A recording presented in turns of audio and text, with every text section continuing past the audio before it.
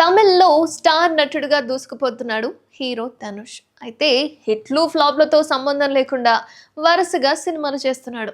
ధనుష్ విభిన్నమైన పాత్రలు చేస్తూ ఆ పాత్రకు తగ్గట్టుగా రాణిస్తున్నాడు కూడా. ఇటీవలే 'కుబేర' సినిమాతో మంచి విజయాన్ని అందుకున్నాడు. తెలుగు, తమిళ్, హిందీ భాషల్లోనే కాదు హాలీవుడ్‌లోనూ ధనుష్ నటించి అందరినీ మెప్పించేస్తున్నాడు.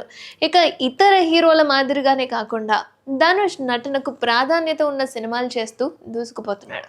అయితే హీరోగానే కాదు, ధనుష్ ఎన్నో సందర్భాల్లో తన గొప్ప మనసును కూడా చాటుకుంటున్నాడు.